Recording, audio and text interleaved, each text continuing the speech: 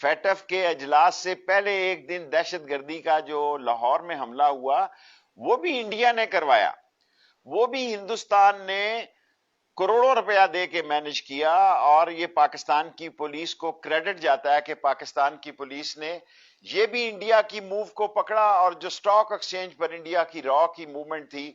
اس کو بھی پکڑا، اور تمام ملزموں کو گرفتار کیا جا چکا ہے لاہور کے۔ اور آج کوئٹہ کا بھی واقعہ ہوا ہے، اس کی بھی میں پرزور مذمت کرتا ہوں۔ یہ واقعات ہوں گے کیونکہ پاکستان کو اندر سے نقصان پہنچانے کی کوشش کی جا رہی ہے، لیکن حکومت، اپوزیشن اور پاک فوج مل کر انشاءاللہ تعالی ان تمام حالات کا مقابلہ کرے گی۔ جنرل فیض صاحب نے بریفنگ دی ہے افغانستان پہ، کشمیر پہ اور دہشت گردی پہ، اور جو سوالات کے جوابات تھے وہ قمر جاوید باجوہ صاحب نے دیے،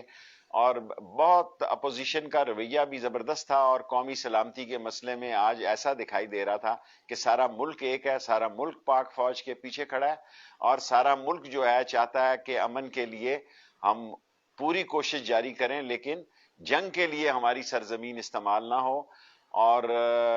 ساری بریفنگ ان ڈیٹیل 1-1.5 گھنٹہ جنرل فیض صاحب D G I S I نے دی۔ انڈیا کے وزارت داخلہ کی مذمت کرنا چاہتا ہوں کہ ڈرون حملے پاکستان کی طرف سے ہوئے، بالکل نہیں ہوئے۔